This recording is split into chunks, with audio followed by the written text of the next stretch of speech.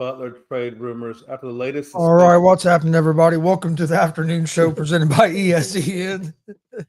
Hope everybody's having a good day today. I'm Chris Gonzalez, joined by Tony Gonzalez and Jay McLovin. How's it going, Jay?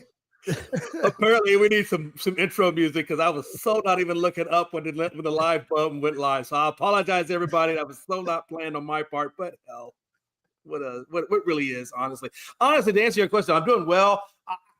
I'm sure we're going to talk about a lot of things today, but obviously, as a Cowboys fan, I went back and on ESPN, they are just slaughtering Jerry Jones and Stephen Jones and Schottenheimer on that press conference. I mean, obviously, Jerry saying, that's like, out of his comfort zone thing again. I'm thinking to myself as I'm watching this press conference, and I'm watching Schottenheimer's reactions to the things that Jerry is saying and the things that Stephen is saying, and he just had that stoic, like he just didn't even move a muscle, like he just the whole time, right? And I'm thinking like that's got to be awkward to hear you being referred to as, in the way he's being referred to. It's almost like they're belittling him, but they're not. And it's just taking a big risk. And how would you have felt, Chris, if you're sitting there and you're Schottenheimer and he's saying these things the way he was saying them? I don't know if he meant it the way he was saying it, but the way it came out didn't come out the best.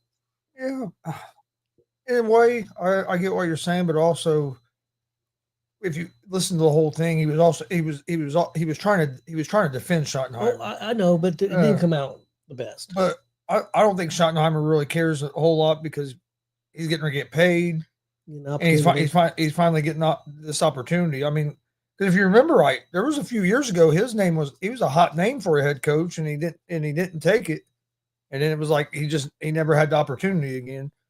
I don't think he's as bad as of a hire as people are trying to make it out to be. Mm-hmm. I really don't. I just don't think he's the big splash hire that what the Cowboys fans was wanting in the media. They want that splash hire because it's the Cowboys. Right. You could say maybe he's maybe a little bit more of a safe hire, but I wouldn't even say that because you've never seen him as a head coach. I think he's going to do a good job. I mean, he has a lot of experience. I know not as a head coach, but his dad was a great head coach for a long time. So he grew up in the locker room and everything. So I'm kind of excited to see what he can do. And I'm hoping they win just because it'd be nice to see all these guys on ESPN that think their word is everything, to have to eat some of their words. Let me ask you this. Do you think, because Schottenheimer's heard all the negativity around this hire, right? Not being the best hire, being the wrong hire, all that. I mean, Stephen A is killing them, Shannon, and they're all killing them, right? So he's privy to this information. Do you think he's going to go into this season with a chip on his shoulder, having something to prove to shut these people up and show them that he really is the right guy? Well, I'm sure. I mean, yeah. Let me ask you this: what do you think? What's the top 2 things, 3 things? Does he need to do? I mean, what's the first thing that they need to fix? Is it the offensive line? Is it running back? Yeah. Offensive line, defensive, basically the trenches, on both sides of the trenches they need to work on. Really, the pass rush wasn't the best. D-Law has taken, in my opinion, a step back. I mean, you still got Micah Parsons on the edge, and a couple of things like that, but their pass rush really isn't, in my opinion, the best. So they got to work on those tackles, and the guards and whatnot, maybe the ends, things like that. See what they can do there. But they definitely got to do both sides of the ball, especially on the offensive side. Dak was under pressure a lot. I think he's taking a lot of injuries. They got to do a better job at protecting them. So I would say the trenches definitely is the right place to start in terms of strengthening up that team. Right? Yeah, I would say you're probably right. What do you think, Chris?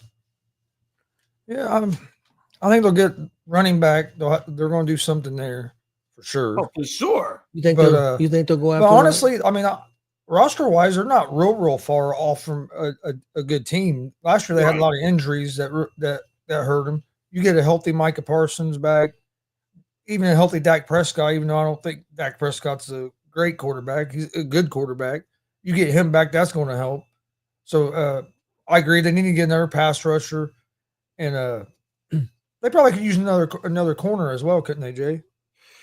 Yeah, especially since I don't know how long Trayvon Diggs is going to be out with that last injury that he had. I haven't heard anything about him being ready for the season. Bland was hurt all of last season, so hopefully he'll be back. So yeah, they did, and I think Overshawn hopefully will be back from injury. They had a lot of injuries in that secondary.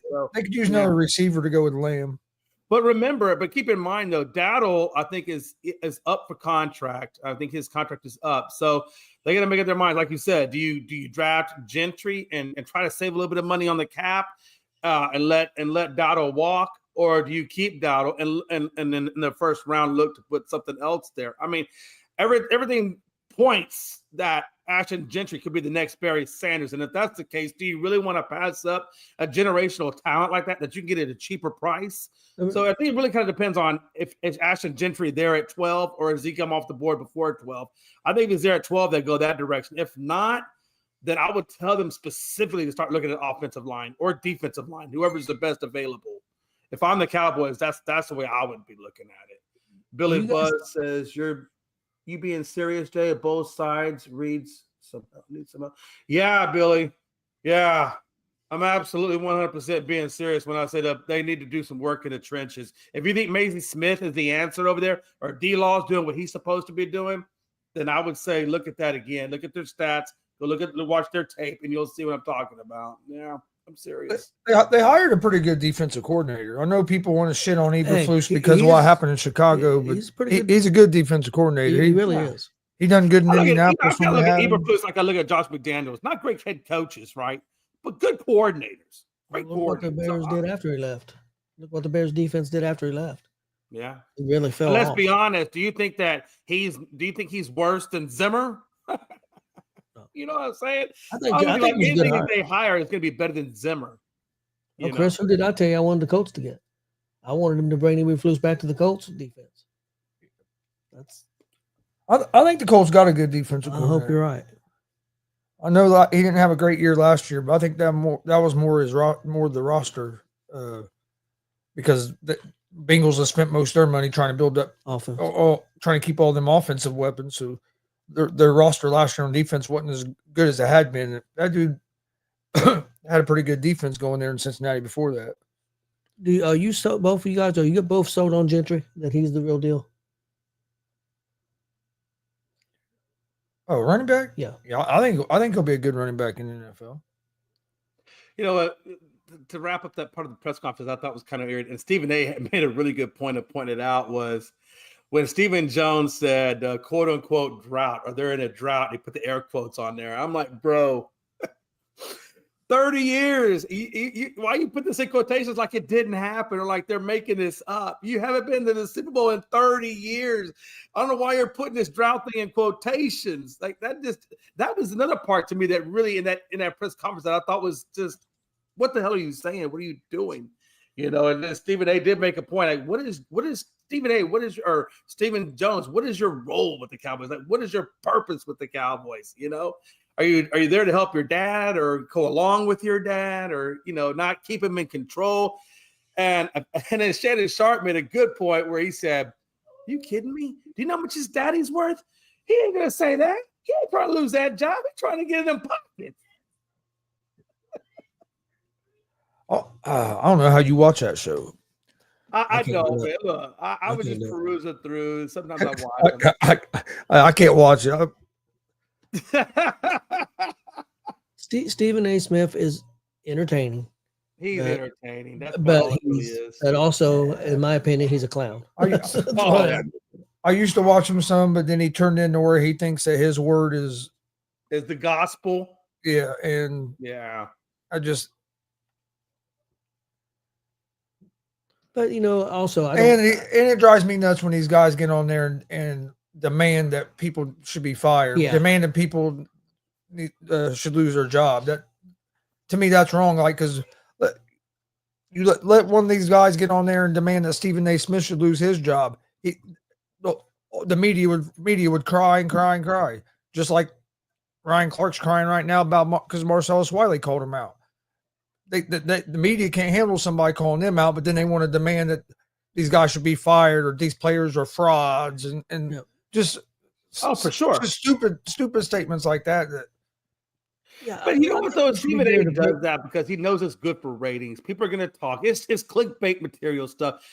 I mean, he is entertaining, right? And that's what ESPN is looking for. They're all about the ratings. And if as long as his ratings are good, he's going to continue to do what he does. Do I think he's like the long-term answer? No. I think at some point I think Stephen A. burns out. But for right now, he's the hot guy, right? But anyway, Billy Buzz He's the says, hot guy. He's the hot guy. He's the hot guy if you watch ESPN. Well, that's true. No, you're right. But hey, Billy Buzz says, Gonzo and Tony, what kind of help would you like to see the Colts get? We need I think we could use another pass rusher, a tight end, and corner. Yeah, absolutely. I think is a big one for you. Yes, I think them are the three main positions. I know everybody will say we need help at receiver. I don't think our receiving core is that bad. Pittman had a down year this year, but he was also playing with a broken back. A lot of people didn't know that he fractured his back in one of them joint practices in the off season during training camp. During the joint practice, he fractured his back and he played the whole season because he didn't want to let his teammates down. So I think he'll have a better year this year. And then Downs, I really like him. That rookie, Ken Mitchell. Mitchell, he showed some flashes, but then he also made some big mistakes. But he was also a rookie. I think he'll grow. The other guy caught 800 yards too. Pierce. Yeah, Pierce had a breakout year. But I think tight end, a corner, and then a pass rusher would be the three main spots as far as talent. But I think the main thing is he's got to get the culture back. Yeah, get the culture back. And then you got to figure out quarterback. I mean, is Richardson the guy, or I think that's probably who they're going to start with. But then they've also said they're going to bring in somebody to have competition. So I mean, hell, he could. If they do that, he could lose the job before the season. But I think he'll be the starter to start the season. Jay, what do you think about my thing? I think they should bring in, and whether he's available or not, who knows? I think they should go after Fields. Hold on to that. That's a good segue in Pittsburgh. Real quick, I just want to bring up what Frankie was saying. So Jaden makes the NFC Championship and May makes the Pro Bowl. Bears lose again with Caleb. Hey.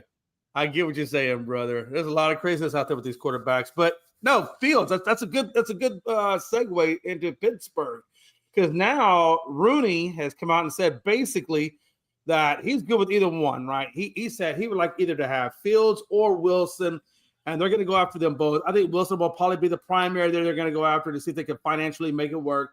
And if it doesn't work out for whatever reason with Wilson, then I think they're going to turn their attention over to Fields, and I think they're going to try to make it work with Fields. Me personally, I don't think either one of them are the answer to Pittsburgh's needs. But I think out of the two, I'd probably try to make the best move for Wilson.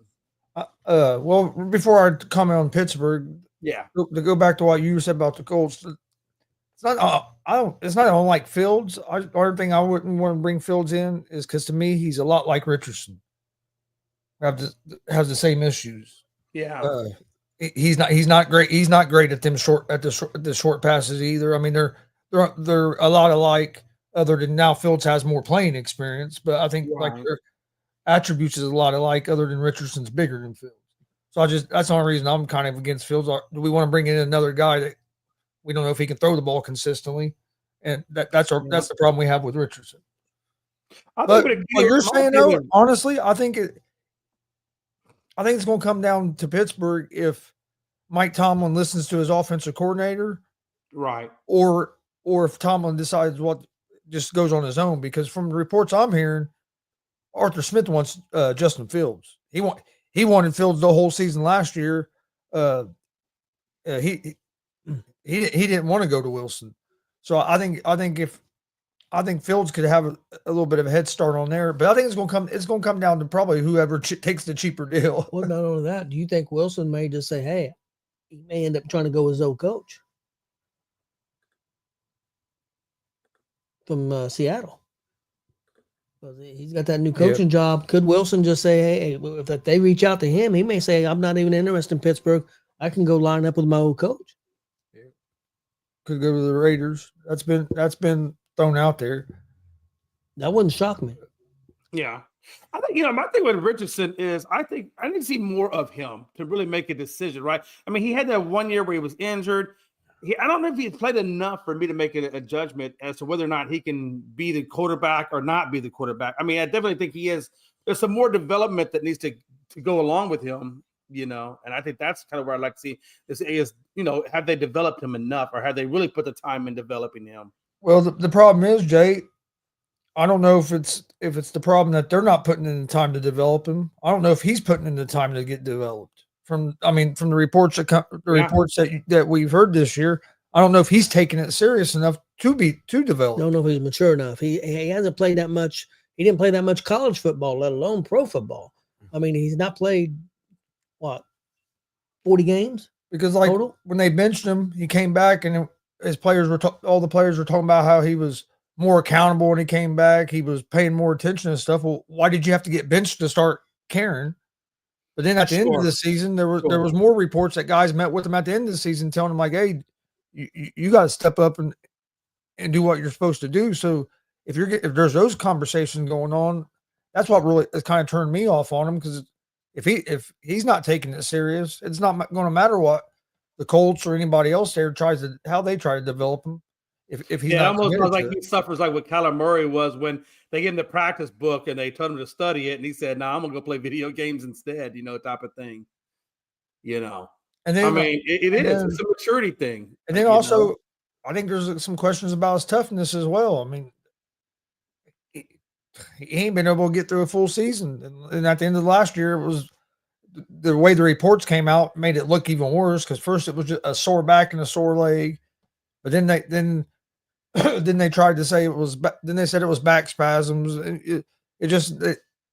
They bobbled that situation and kind of made it look worse. But I mean, we have a chance to go to the playoffs, and you're not playing because of a sore back. Well, and then like tapping out, some of that stuff. It was a bad look this season.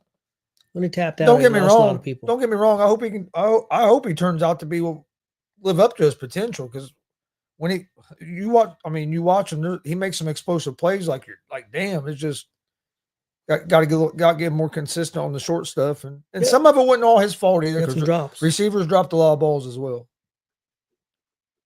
Billy Buss says, I really think Pete Carroll, now the coach of the Raiders, is a great move. I see the Raiders winning very, very soon.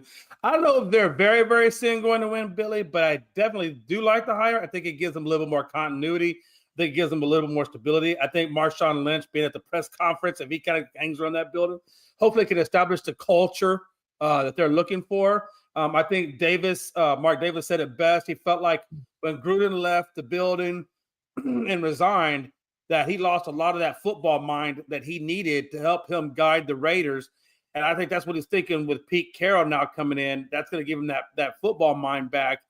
And I do think that's a good hire by them. It's probably one of the better hires by them, to be honest with you. Yeah, and that's one thing people want to bury Mark Davis about. He can't ever get the coach right. He had the right guy there in Gruden. Gruden got that turned around if all the other shit wasn't happening, and then they forced him out. But when he hired Gruden, that was the right move. Gruden is a hell of a football coach. Yeah.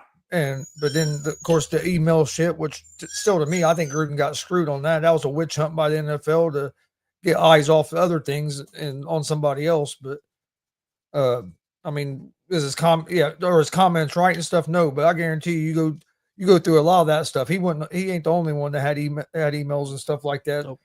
Of course not. He was the one that took the fall for everybody else. I think Carroll's a good hire, but there's only one thing that concerns me. Look how tough that division was this year.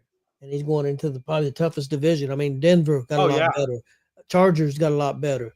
Kansas City, best team in football, like it or not. So that's a very tough division, and he's got a big hill to climb. I like the hire. I think they're going to have to. I mean, they got to figure out the quarterback for sure. But I was real hyped. I think Seattle messed up when they got rid of Pete Carroll.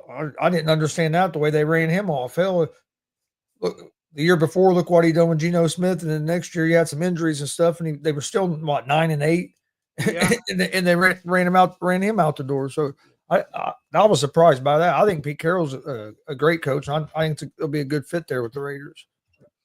I think if you asked Geno Smith, he probably would have been upset that Pete wasn't there either. Like you said, I mean, he meant a lot to the or part of the resurrection of his career. So yeah, absolutely. I don't know why you want to get rid of that guy at all. But I do expect a lot of great things from the Raiders. I just wonder, how do the Raiders go about rebuilding? Do you think the Raiders are in a rebuild type mode, or do you still think that they got enough pieces there to continue?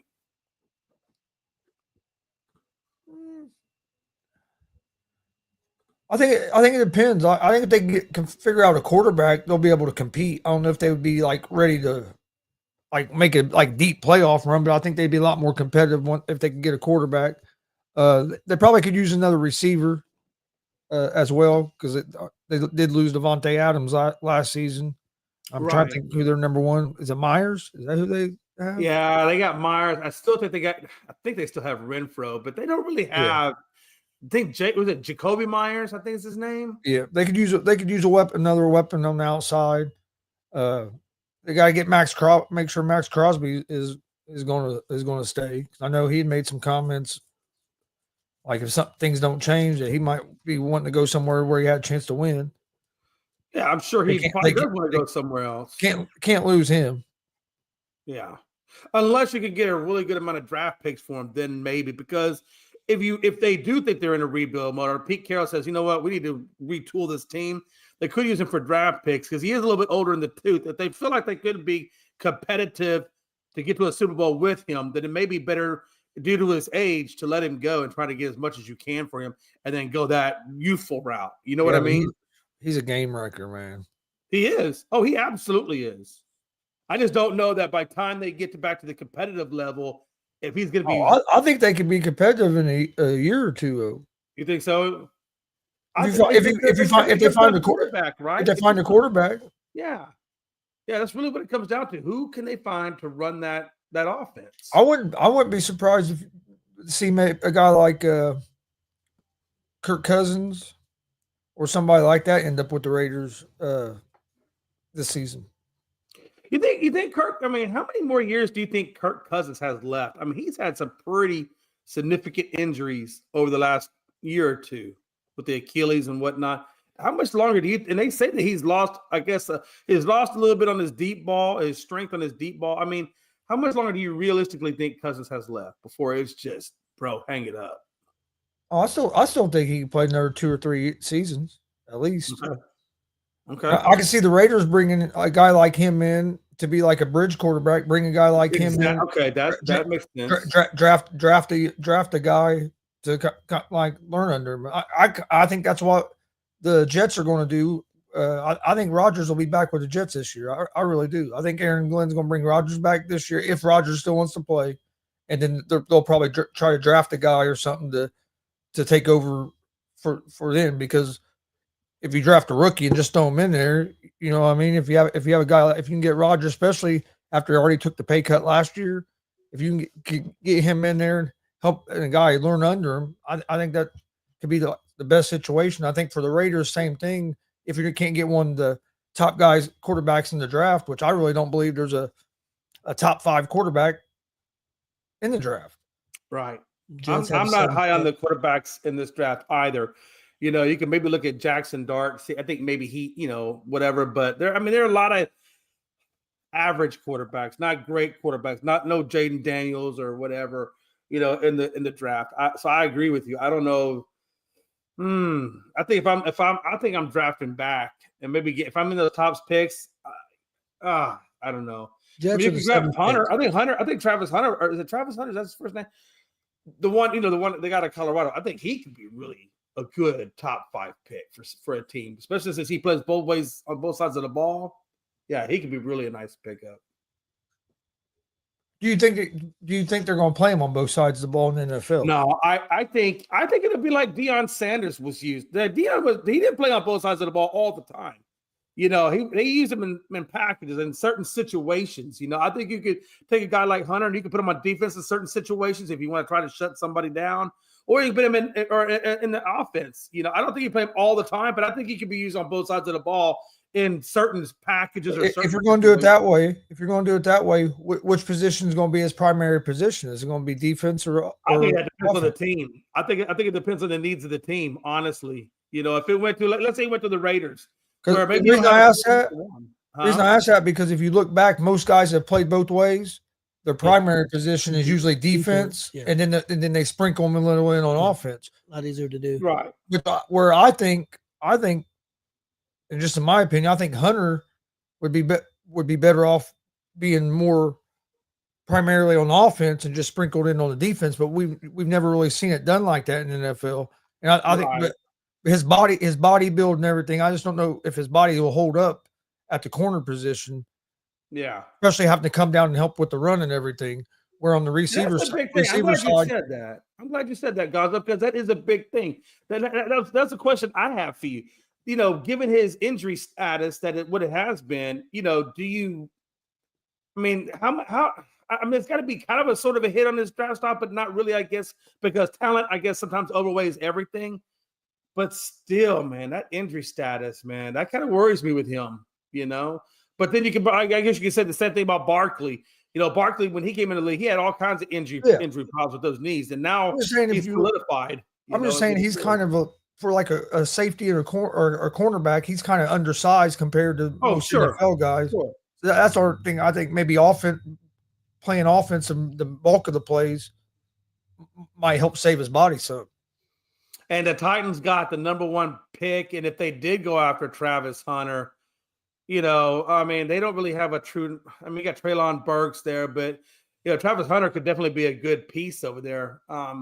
Again, he'll have Will Levis throwing in the rock, so it's going to take a little time. I think the Titans are another team that still need to find another quarterback, unless you just really believe in Will Levis, which I don't believe in Will Levis, but yeah, I think the Titans are going to move on from Levis. Yeah. Well, they signed. I believe they signed. Not a starter, to be a backup. They signed the guy that was with the Raiders, former Colt. Oh, Minshew. I think Minshew went to Tennessee. Gardner Minshew. Yeah. I mean, Gardner Minshew is he's a good gap filler or backup. You know, I mean, he can buy you a little bit of time that direction, but and that's another thing about, you know, the what's his name out of with the Ram that we were just talking about, the quarterback. I think he's got, what am I trying to say? Dang it. Quarterback. I think the money, that's what I was trying to say. The money to bring in a guy like him. You know, do you really want to pay that much money for a gap fill? I'm talking about what's his face over there with Atlanta that just got released. You know what I'm talking about? Oh, Cousins. Thank you, man. I could get that name out of my mind. Yeah, I think Cousins. If you bring Cousins into the Raiders, do you really want to spend? You know, I don't know what his asking tag is, but it has been quite substantial. I mean, I don't know if I want to pay that much money for a gap fill. Yeah, but he also don't have the leverage right now to be demanding as much as he was after the season last year. That's what I'm wondering. I'm wondering if he'll renegotiate his contract to make it palatable to bring him in, and if he'd be willing to do that. Let me ask you guys: do you guys think Sanders is an NFL quarterback? Do you think he'll be a superstar eventually? Do you think he'll be an average quarterback? What do you guys honestly think about Sanders? He's got some great numbers. Of course, he played at Colorado, who don't play the toughest schedule in the world. I'm not putting them down. I'm just saying that's a fact. They don't play the toughest schedule in the world, but he did have a fantastic year. Do you guys think Sanders is a superstar? And same thing with the Miami quarterback. I think Miami played a little bit better schedule, but not a lot better. Do you think the Miami quarterback, do you think he's a superstar, or do you think he's just a serviceable quarterback? I don't know. Wouldn't say I think either one of them are going to be superstars. I think Cam Ward has a little more upside athletically in his build than Sanders, but Sanders technically, like his footwork and his release and stuff, everything technically is great. He's a little bit smaller. I think they both can end up being pretty good quarterbacks, but I wouldn't say I think either one is going to turn into Patrick Mahomes or a big star. Right. The only thing that kind of makes me not 100% sold out on Sanders is just the level of competition he's played against. You know, I mean, you know, it's been lesser competition, so I really don't know how well he handles the big moments. If he shrinks, if he can handle it. I mean, when you're going up against the SEC, you know, and Cam Ward has done that. I thought Cam Ward did a pretty good job in the level of competition he was going against. So I feel a little bit better about drafting Cam Ward more so than I do Shedeur, just because I don't know how he's going to perform under those big moments when you're going up against a much higher level grade of talent. I worry about his mentality. I seen him play against Nebraska, and they got destroyed by Nebraska. And Nebraska was lucky to be a mid team in the Big Ten. Right. And they got destroyed, and he blamed his offensive line.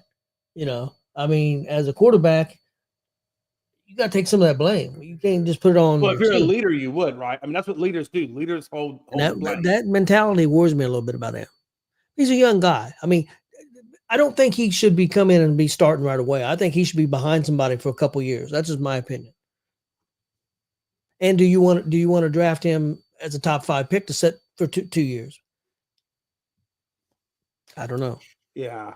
I mean, we've seen where in some cases being thrown into the fire has worked for some guys, and then being thrown into the fire has not worked for some guys. I mean, I think it depends on the maturity and the ability to, or how far along your development is. If you're like a Michael Penix, where you've played for a while now and you've kind of refined your stuff, yeah, maybe a Michael Penix could do it, or a Joe Burrow or something of that nature could do it. Or even a Patrick Mahomes, somebody like that who's got the talent and got the development that can handle those situations. But if you're a young developing guy, maybe like a Trey Lance or something, I think you got to sit.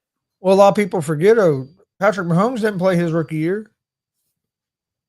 It wasn't like Patrick Mahomes didn't get drafted and thrown right out there his rookie year. He didn't play until like the last game of the season, and then they traded Alex Smith, and he was the starter the next year. Right. I mean, there's two schools of thoughts, right? Some like for you to sit behind, like they do in Green Bay, where you sit behind until it's your time. And then there's some people that say, you know what? You don't learn a damn thing carrying a clipboard. Sometimes experience is the best teacher. And sometimes just throwing a guy out there to be the starter as a rookie like that, it can run the guy. It can run their confidence. Yeah. Like Peyton Manning, he was mentally strong enough to get through it, but like some guys have the season like Peyton had as a rookie. We've seen guys do it, but nobody's thrown more interceptions in a rookie year than Peyton Manning. But look what he came back and done the next year. But you also see guys like look like Sam Darnold.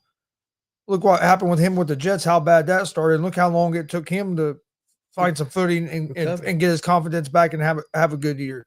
So I think throwing a guy out there too soon can run a guy.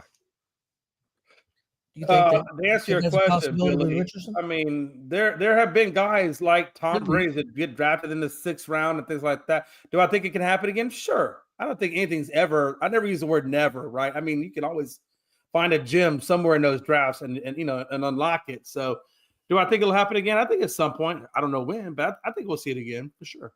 Well, how high do you guys think that Ohio State quarterback's going to go? I don't think he goes in the first round. I don't think he goes in the first round. Do you? No. I think he might end up going to the first round after the. I think his stock is going to go up a lot after the combine. I think it's going to be a lot like Anthony Richardson was a couple years ago, and even Bo Nix and Penix last year. Nobody thought they was going to go in like the top 12 or in that first round.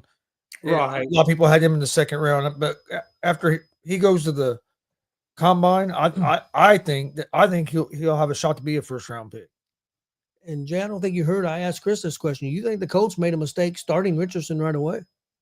I mean, he was a young guy not playing that many games. Yeah. And mentality-wise, he's tapping out and stuff. Do you think he'd been better off to sit behind a good veteran for a year or two? Yeah, that's a hard question to ask, because you can still sit behind some.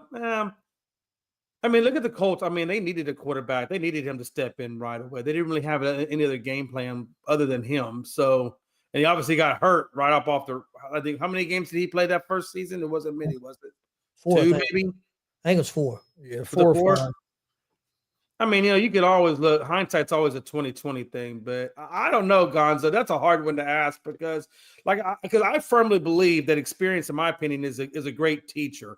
But again, to your point, the psychologicalness, and that's when when you're doing your scouting, during before the draft, you should be looking at those kinds of things. You should be like, okay, what is this guy's psychological level? Is he a firm guy? Is he a mentally tough guy? That should be one of your main attributes that you look at when you're drafting a quarterback. And I got to imagine they had to have done some homework on his psyche to know whether or not he could or could not handle, you know, I mean, at least somewhat, you know. I think that's the problem a lot of these GMs, or the mistake a lot of these GMs make, Jay, is they're so worried about we got to get a quarterback that they just take a guy at 4th or 5th in the draft, no matter if they think the guy is ready to be able to play and that you should use that high of a pick on him. They just disregard that because, oh, we got to find a quarterback, and this is the guy that people say could be our next quarterback. Where it's sometimes it'd be smarter to move back and get a quarterback later in the draft, or try something different than just drafting a guy because, oh, we think we need that position and he's the best available. No, at quarterback, go after your guy, the guy you think's going to be your guy, and don't just pick a guy because exactly. I totally agree with that you position. I think sometimes, I wonder how much these GMs, when they're drafting, if they're drafting to please the fan bases, like, okay, if we pass up, let's say Shadour's out there and everybody knows we need a quarterback, and we pass up on the Shadour because we don't think he's our guy. You know, how much of a backlash are we going to get from the fans, from the ESPN people, whatever? I wonder how much that affects them. They're not going to come out and tell you that. That's not something they're ever going to tell you. But I wonder in the back of their minds if that's something that they talk about, you know? Well, I question our guys making decisions for the Colts because they came out, and they could have just set up, you know, to try to make themselves look good. But they claimed that if they would have had the first pick in the draft, that they still would have took Anthony Richardson. And look how that turned out. I mean, look who. I mean, they didn't have the first pick in the draft, but you see who had the first pick in the draft, and that guy's made it to the playoffs and done pretty well. Had a better year last year than he did this year, but is definitely a quality quarterback. He played a lot more games. He has a lot more experience. How many seasons he played in college? 3 or 4 years? Did he play all 4? Played at least 3. Yeah. So he played a full career, pretty much. I got to be honest with you. I think I kind of tend to go with Chris. You know what he said. I think if you're drafting, let's say let's take the Titans right now. If you don't think Shadour or Cam or your guy, if that's not the quarterback you really want, that you really believe in, then I'm drafting back. I'm gonna draft back for picks. And I'm gonna try to find the best available spots that I need to fix. There's a Tennessee Titans. They have a lot of areas that they need to focus on. I mean, a lot of areas, right? So I would be focusing. Okay, if I don't believe these guys are my quarterback, let me go ahead and build up the other spots of my team until I can get to the quarterback I really want, or find it in free agency, whatever the case may be. You know. No, I agree. The only problem with that this year is with there not being the real strong quarterback class. How much are you going to be able to get for that number 1 pick? And that's a good point. Or, you know what I mean? Are you going to be able to get as much for that? Or is the Titans going to be able to get as much for that number 1 pick this year as like teams the last couple of years where there's not as many, the quarterback class isn't as strong. A lot of people think this is a weak draft compared to the last couple of years. So is that number 1 pick going to be worth as much for them to try to trade back? Yeah. And I think that really goes to the other teams like the Raiders, the Jets. How sold are they on one of them quarterbacks? Exactly. And that's where I'll be starting gauging interest. Like right now, I'll be talking to these other teams like, hey, look, we're not sure we're gonna take the number 1 pick or not. How much do you want? And I would gauge that interest, you know, and see what you could get, you know, before the draft even happens. And if it's not there, if you're not getting the interest that number 1 like you think what you want for it, then I think you take a guy like Travis Hunter. You know they need offensive weapons. They don't have enough. Do you think somebody might take him? You think somebody could move up to try to get Hunter? That's a good point. I mean, I can see somebody maybe do that, but what I'm saying is, I don't know if they're going to want to give up as much as they would give up to get like a quarterback to give up that much to move up and get a guy that's not a quarterback. You know, I mean, just because how much quarterbacks are valued. Well, a lot of that could depend on where. I mean, if a guy's moving up from 19 to 1, or if he's moving from 5 to 1, you may not have to. If you're giving them their 5th round pick for a 1st round pick, you may not have to give up quite as much. You know, It may just be a second round pick or a second or third or something. You may not have to give up a bunch of first. Well, that's what I'm saying though. But usually, depends, yeah. usually if you have the number one pick, you can get you can get 2 or 3 first round picks automatically for it. And I think that's going to be I don't know if they're going to be able to do that this year because of the draft. Let me ask you guys another question. Since we're talking quarterbacks and we're talking Shedeur and things of that nature, I think I talked to you guys this in pre-show. How much of an effect will Deion Sanders have on Shedeur Sanders' draft stock? Could be a big hindrance, my opinion. You know? I don't think it'll be too much of a hindrance because we've seen it before where some parents have stepped in and have made comments that they're not going to let their son go play at this team or that team. I mean, hell, Archie Manning, he wasn't going to let Eli go to San Diego. You know what I mean? And it happened with Elway. Elway was drafted by the Colts. Of course, we never got to see that happen. But so I mean, it's happened before, and then guys still got drafted high. So I don't know if it'll really hurt him that much. Yeah. And I guess you just kind of got to wait to see how much Deion's going to, how much he's going to get involved and how vocal he's going to be about it. I would be more concerned. I would be more concerned with like the stuff you were talking about earlier with like Shedeur's attitude and stuff like that, and maybe his leadership than what I would of his dad. Right. Yeah. I even question Hunter's attitude a little bit. Not as much as Shedeur, but Hunter was out of line at times. Yeah. Yeah. But I think Hunter's got so much dang talent that people probably will overlook that. Or maybe they won't. That's not always a good thing. I agree. 100% I agree with you on that. 100%. Hey, if we can't, I know we're like, let's talk. Can we talk a little basketball for a minute? Butler has been now on his third suspension.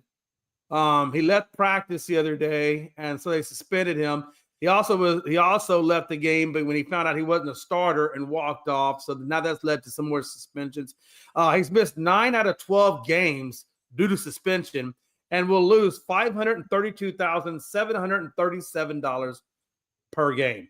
I'm watching this Butler thing go down, and I'm almost having flashbacks to what's his name out of Pittsburgh that had that big meltdown, the receiver, and what I'm talking about. Why is his name leaving me?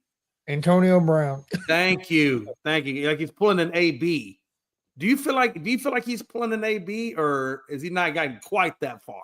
Well, I think you can go. I think you can. I mean, that's a good comparison, but I also think you can go back to the NBA on a comparison to a guy you know real well because it was your team in Houston with James Harden.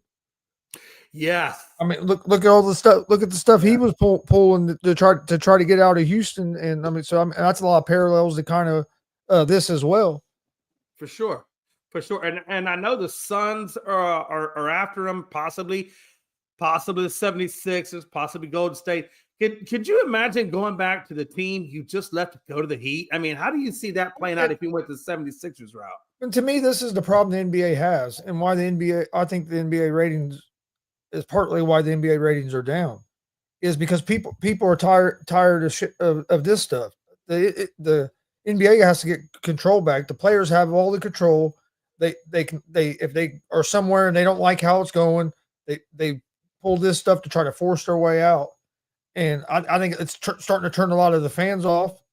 That load management has turned some of the fans off, and then it's hard to become for some people really like become a fan of a team because the time you start learning the players on your team, the next year you have a whole nother team. So I think a lot of that stuff is what's leading to the NBA's ratings going down. I think this of the player where it seems like the players always crying to try to get to a different destination. I think it's starting to rub a lot of the fans the wrong way. I think what Miami should do, and I don't know all the rules, and if they can do it, I think they should suspend him for the rest of the year and don't trade his ass. And he shouldn't get paid because I think he's done enough with the conduct, the way his conduct has been. I think it warrants to suspend him for the rest of the year without pay. Oh, for sure. Oh, I mean, they're kind of detrimental to the team philosophy. Yeah, he's had that all over the place. The fact that they actually have won, even despite all the crazy antics that he's pulling, is amazing to me. He's almost lost $5 million this month in suspension money. I think that's what I think you should suspend him for the year, and we're not trading your ass. You set at home. I don't know. Does his contract go to next year too?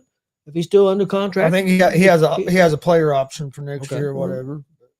I don't think he can use that player option. I think I'd make his ass set. He ain't playing the rest of the year. Oh, for sure. For sure. That's just my well, that's the problem. That's easy for me to say. Well, that's the problem for Jimmy Butler too. Is the GM he's battling with. Pat Riley don't give a fuck if the media is running his name in the drain and saying that he don't know what he's doing and he just needs to trade Butler. Pat Riley don't care. Pat Riley's gonna do what he wants to do, and he's not going to back down either. So, it wouldn't surprise me if they don't trade him if he just sits the rest of the year. Well, speaking of that too, the Miami Heat are looking at lowering their price tag for what they're going to command for Butler just to move the needle to get him, I guess, wherever it is he needs to go to get off that team. But my thing is, if you're another team, why would you want Butler? He's got a player option next year. Yeah. Well, if you're another team, why do you want to risk bringing Butler in and disrupting the chemistry? And that's the thing, right? Disrupting the chemistry of your team. The AB scenario, because I feel like AB really, with his attitude and craziness, drove himself out of the league. And I think Jimmy Butler is on that same type of course.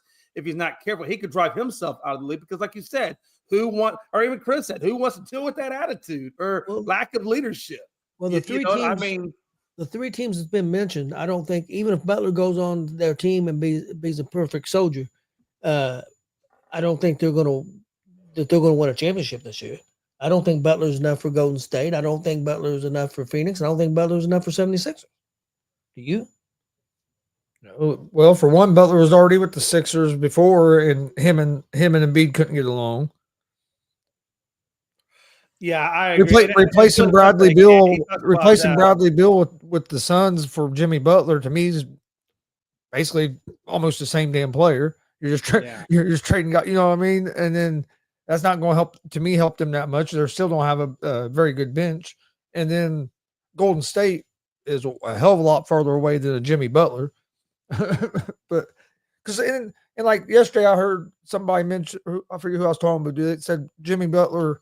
Or what about Jimmy Butler to the Pacers? I wouldn't want Jimmy Butler to come to the Pacers. Hell no. Because I don't want – I mean, we have a good chemistry of players going. You bring a guy in, he can change your whole chemistry of your team. Right.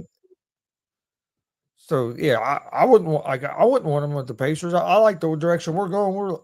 We won like 8 of our last 10 games, and we're starting to play some decent basketball. Close to the number 4 position. We made it to the conference finals last year. Did we get our ass kicked by the Celtics? Yes, we did. But I mean, hey, we're about everybody got their ass kicked by the Celtics. So, yeah, I don't want no Jimmy Butler on our team. I think it'd be a huge mistake. Oh, for sure. I like the way my Rockets are playing right now, and that's not just because I'm a Houston fan, but I gotta say, man, that Ime Udoka, this guy is like a legit amazing coach. Like I gotta put a lot of respect on him for what he did.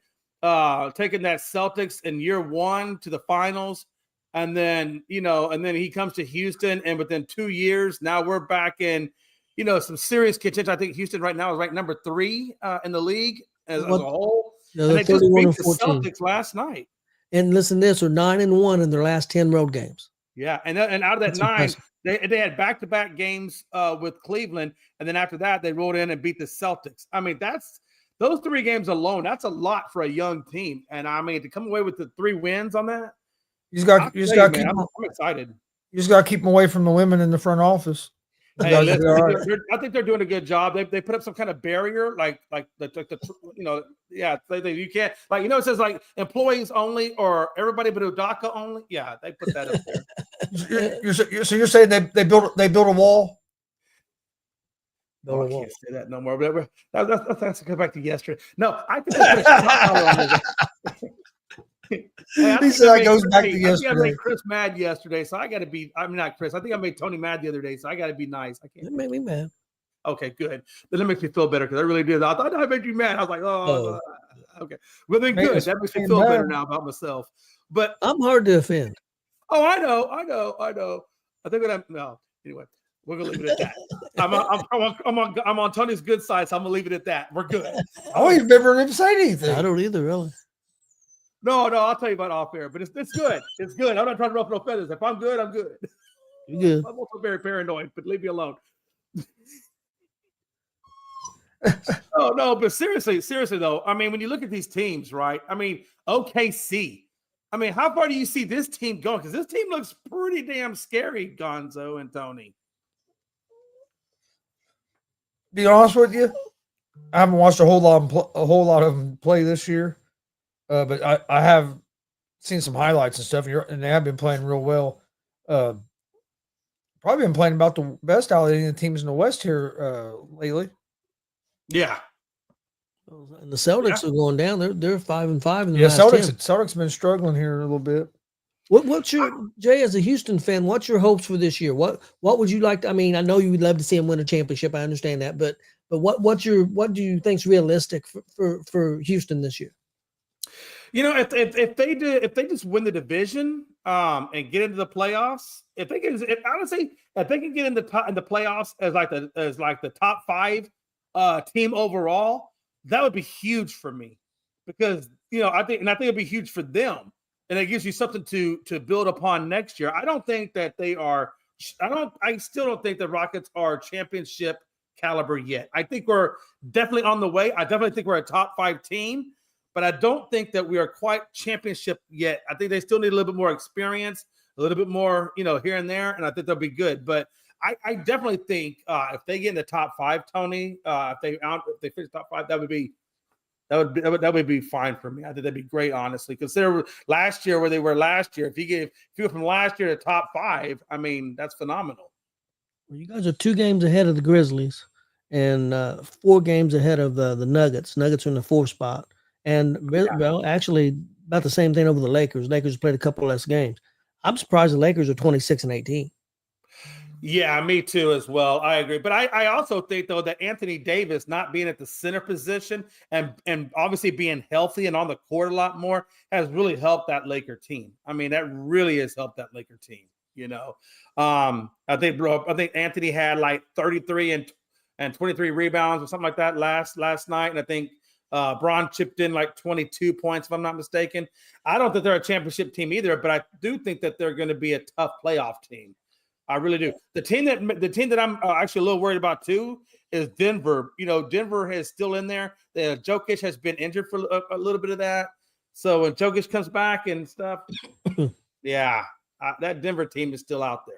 Do you guys think the Cavaliers are real? They're 5-5 in their last 10, but they're still 37-9. I think they're a legit playoff team for sure. How far they go, that's another. Do you think they can get by the Celtics? As long as the Celtics continue to live and die by the 3, I don't know, man. I honestly don't know.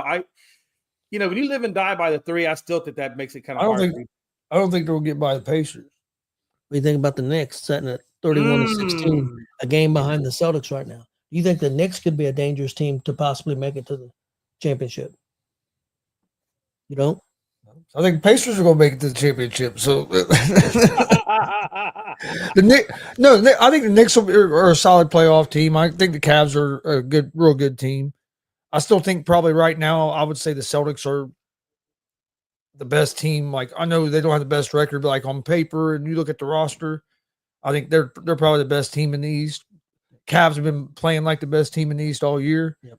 But I mean, Pacers, we're right there, 5th now? Yeah, we're 5th, a game and a half. We got off to a terrible start of the season. Had quite a few injuries at the start of the season. Since we got healthy the last month and a half, we've been playing good basketball. I think there's a good chance that we could finish there or top 3 or 4. We're 8-2 in our last 10. So is the Bucks, and the Knicks are 7-3 in their last 10. Like I said, the Celtics and Cavaliers are 5-5. They've struggled a little bit. Another surprise team, they're in the 8th position. Whether they can hold on or not and still make the playoffs, I don't know, is the Pistons. Who would have thought the Pistons would be 23-23 right now? Pistons have been playing a lot better. Cade Cunningham. Cade Cunningham's been playing ways this year versus last year. Cunningham's tough. the heck? I was looking for. Do you know? Hey, do you know where? Like, if you look at the Knicks, I was curious to see. I know that obviously the Julius Randle thing is not panning out. I think like what Minnesota was hoping for. I think now he's possibly rumored on the trade block. Do you think that trade was a good trade for either one of those teams?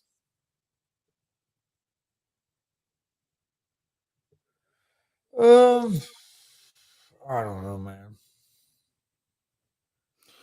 I think the Knicks got it. I think they got the better end of that because I think like Karl Anthony Towns is still giving you 24, 13, and 3. So I think you'll be able to tell more as the year goes on too, because I think like Towns will going to look better with the Knicks as the season goes on as well. You know what I mean? Because you get integrated and you get used to playing with each other more.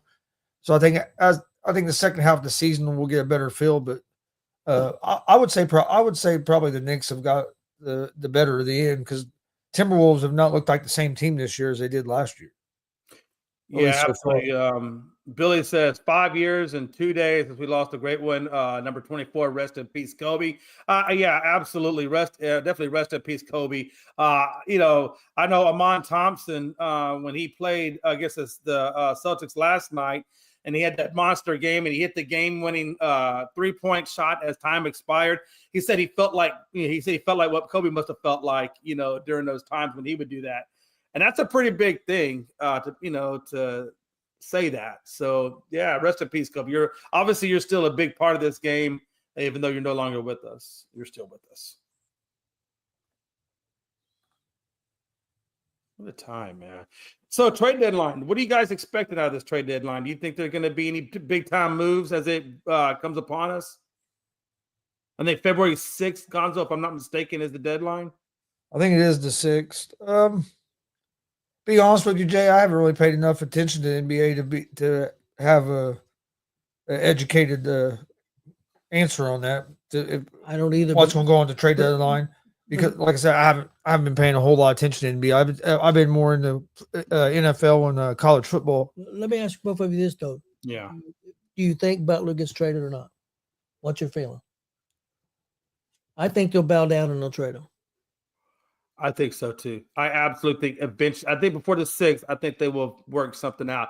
I think Pat and Riley may have to, you know, he's not going to get as much, I think, as what he wanted for Jimmy, but I do think that eventually they get it traded. Now, whether it's to Golden State, I think Golden State and possibly the Sixers had probably the best opportunity at landing them. I don't think that Phoenix obviously doesn't have really any draft capital. So that's, you know, so I don't think they're going to have really enough to try to make a move for him.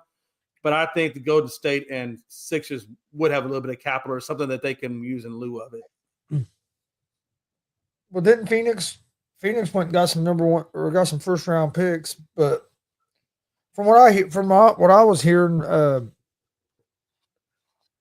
that they were saying that it's probably going to take like 4 or 5 teams to get a deal made. Really? And to me, that's a lot of moving parts to get going when. What, week and a half? Right. Unless they can make a lot of quick phone calls, Gonzo. Somebody's gonna have to be busy on that phone. Yeah, but if you gotta get 4 to 5 teams all on the same page, all agree to the same thing. That's hard. Hey guys, I can't imagine it. Can I change the subject here real quick? I just seen something. And I want to get you guys' opinion and want to know if you would watch this. The Paul brothers, Logan and Jake Paul, have been posting on their social media that they're going to fight each other on March 27th on Max. Are you either one of you interested in seeing Jake Paul and Logan Paul box each other? No, I got more interest in having my spleen taken out. What about you, Chris? I mean, it ain't something I was sitting here saying, "Oh, I would love to see," but I'd probably watch it. I'll watch it. I ain't gonna lie, I'll watch it. The reason I watch it is because it's free. I don't have to pay for it. Yeah, that would be the only reason. If I had to pay for it, I wouldn't pay for it. I'll watch it. It ain't one of them things I'm like clamoring for. Yeah, if it's free, I would watch just because why not? Right? I mean, why not? But if I had, like you said, Tony, if I had to pay for something like that, nah, I'd pass. That'd be a hard pass. Well, the same thing with the Mike Tyson thing. That was one of the most watched things ever. If it had been something that I would have had to pay $50 for pay-per-view to watch the Mike Tyson fight, I would have done it. But of course, it was on You couldn't even Netflix. watch it. Yeah, it couldn't watch it anyway. I'll put it but- like this, Chris. If I really thought that Mike Tyson was going to go out there and take that fight seriously and take the fight to Paul like I know he can, yeah, I would love to see the Paul get the ever living crap beat out of him. But I think that's more entertainment than it is anything else. I mean, look, I've seen videos where Tyson's hand speed was stupid, like still stupid hand speed, and it would kill Jake Paul because Jake Paul don't have that kind of hand speed. But when I saw that fight, the clips I saw of it, you can just tell that he wasn't really fighting that damn fight. Fought the first round. That was about it.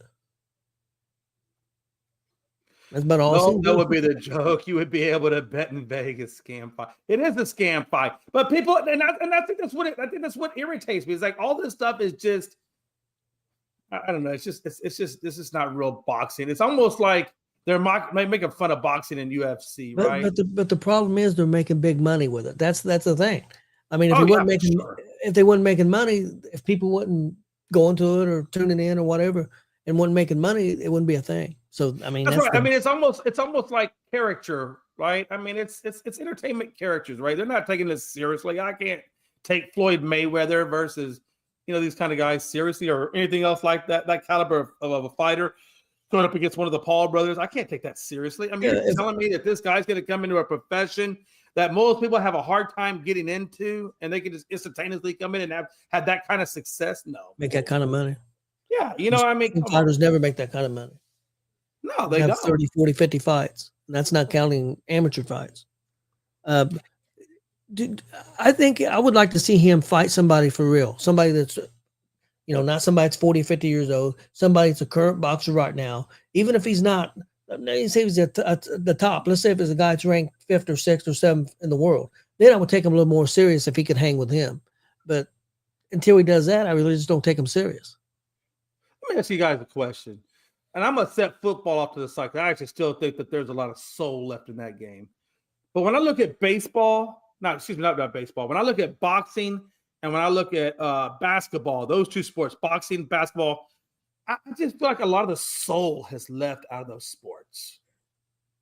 You know what I'm saying? Like I remember, Tony, remember when you watched the Bulls going up against the Jazz in the finals, how electrifying, how like it was just so full of everything, right? And now you look at it, it's just kind of like whatever. It's almost like I feel like those sports have sold out.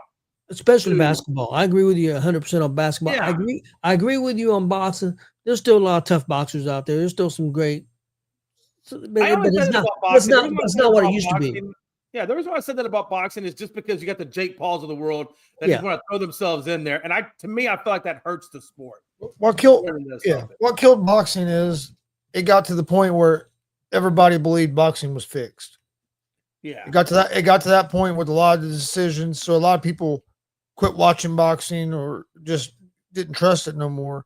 And then now your biggest stars in boxing are guys that aren't boxers. The guys that draw the biggest numbers are guys like Jake Paul or fights like that. You're not drawing them kind of numbers with just boxer on boxer. I mean, you did what was with Fury there for a little bit, but that is died down compared to what Paul and these social media stars can draw. And it sucks because that guy that beat the guy you just said, Fury, Usyk. I mean, he's never been beat. I mean, I don't think he was beat in the amateurs. He won gold medals. He went into the cruiserweight division, won all 4 belts there, undefeated. Now he's in the heavyweight division, won all 4 belts, undefeated. One of the greatest fighters of our era. But nobody gives a shit. Yeah, because I quit watching boxing. I forget who he was fighting, but Evander Holyfield was fighting this guy, and we watched it, and Holyfield got the shit beat out of him the whole fight. And the judges gave the fight to Holyfield because Holyfield had a name, and that guy was an unknown guy. And that's when I pretty much quit boxing for a long time, was because it was like whoever they want to win is going to win. It was almost to the point there for a while to me that boxing was almost like WWE. The matches, the winner was already predetermined. I mean, it felt like that in a lot of those fights there for a while. It is, I mean, you're right. I think the Lennox Lewis's, the Evanders, and things of that nature, that's back when the sport was pure, man. It was good. The Marvin Haglers, the Leonards, all those big boxers, right? I mean, that's when the boxing it was a real sport. And now I don't know. You get these overweight people in there like Tyson Furies, and it is what it is, man. I mean, the Wilders, I don't know. They just don't look as they're in great physical conditioning shape, I would love to see Evander in his prime or Lennox Lewis in his prime go against these guys and see how well they really would stack up to that.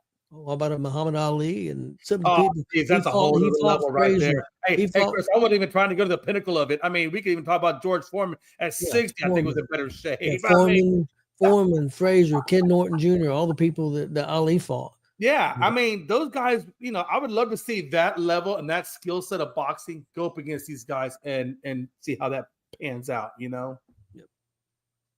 That's all I got, guys. Y'all got any more you want to talk? We good? Good to go. I think we're good for today. Hey, all Thursday, right, guys, let's talk about the Royal Rumble some on Thursday. Yeah.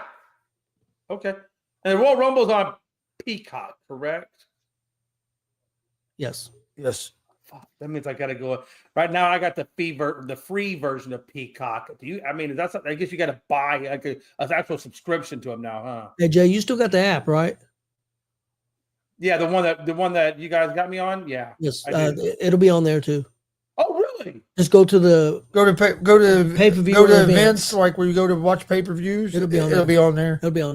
Oh, just another reason why I love Gonzo and Tony. Damn it, I love you guys. That really was the best thing I ever did in my life, man. That was great. It's awesome. But, all right. Big Glenn does say, nah, it's on Netflix, Jay. It's yeah, I got it because I said cable last night. Okay, Big Glenn, I got you. I see you, Glenn. Float like a butterfly, sting like a bee, Billy Buzz says. And with that, Gonzo? All right. Well, we appreciate everybody watching. Please hit that subscribe button, like, follow, all that good stuff at ESEN and at Gonzo Sports Room. And we'll see you guys tomorrow right around 2:00.